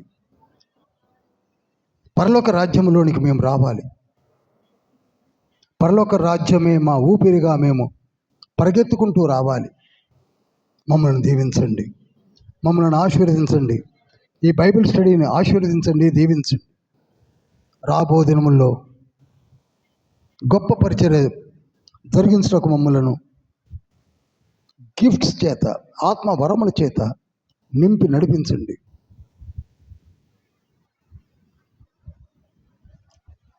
మిక్కిలి ప్రేమ కనికరం కలిగిన మహోన్నతుల, మత్తయి సువార్త 2వ పార్టుగా ధ్యానించిన 2వ అధ్యాయంను మీరు దీవించి మా హృదయాల్లో లిఖింపచేయండి. జ్ఞాపక శక్తిని ప్రసాదించండి. దూర ప్రాంతంలో నుండి మా మధ్యలో నుండి నడిపించిన బిడ్డలను, పరిచర్య చేస్తున్న కాపర్లను, బోధకులను, సువార్థికులను, ఇంకా ఇంకా ఆన్లైన్లో వీక్షిస్తున్నటువంటి నీ బిడ్డలను గొప్ప వరముల చేత ప్రవక్తలుగా మలచండి. పరిచర్య మీది, బలా నమ్మకమైన మంచి దాసుడా అని పరలోకంలో మీ చేత సర్టిఫికేషన్ మేము పొందుకోవాలి. మీ బిడ్డలుగా జీవించాలి, మీ బిడ్డలుగా నడవాలి. ఈ లోక సంబంధమునకు, మాకు ఈ లోక అధికారికి మాకు ఏ సంబంధము లేదు. మేము మీ బిడ్డలము, మీ బిడ్డలము, మీ బిడ్డలము, మీ కుమారులము, మీ కుమార్తెలము. మీ కృప నిరంతరం మాపై ఉన్నది, ఉంటుంది. మీ వాగ్దానము నిలిచి ఉన్నదని ప్రార్థిస్తున్నాము. మా సంఘ కాపరిని, వారి కుటుంబమును దీవించండి. సంఘ పెద్దలను, వారి కుటుంబాలను దీవించండి. దూర ప్రాంతంలో నుంచి మా మధ్యలోనికి నడిపించిన వారి కుటుంబమును దీవించండి. ఆన్లైన్లో వీక్షిస్తున్న వారి యొక్క కుటుంబములను దీవించి ఆశీర్వదించండి. ఆసుపత్రిలో ఉన్నటువంటి రోగులను దర్శించండి ప్రభువా. బోర్డర్లో జరుగుతున్నటువంటి యుద్ధము ఆగినట్టుగా ఆగి మళ్ళీ ఉల్లంఘిస్తున్నారని తెలిసి ప్రార్థిస్తున్నాము తండ్రి. ఈ దినమున ప్రపంచమంతటా కూడా మదర్స్ డే సెలబ్రేట్ చేసుకుంటున్నారు. మా మధ్యలో ఉన్నటువంటి స్త్రీలు, వారికి అనుకరించిన గర్భఫలమును ఆ స్త్రీమూర్తులకు మీరు ఇచ్చిన గొప్ప ఆశీర్వాద ఫలములను వారికి మెండుగా కుమ్మరించండి. ఆ బిడ్డలను తర్ఫీదునిచ్చి మీ పాదము చెంత నిలబెట్టే గొప్ప భాగ్యం స్త్రీలకు మీరు అనుగ్రహించి దీవించి, మరీ ముఖ్యముగా ప్రభువా వారిని ఒక గొప్ప సైన్యముగా వాడుకోండి. మేము మీ బిడ్డలము, మీ వారసులము.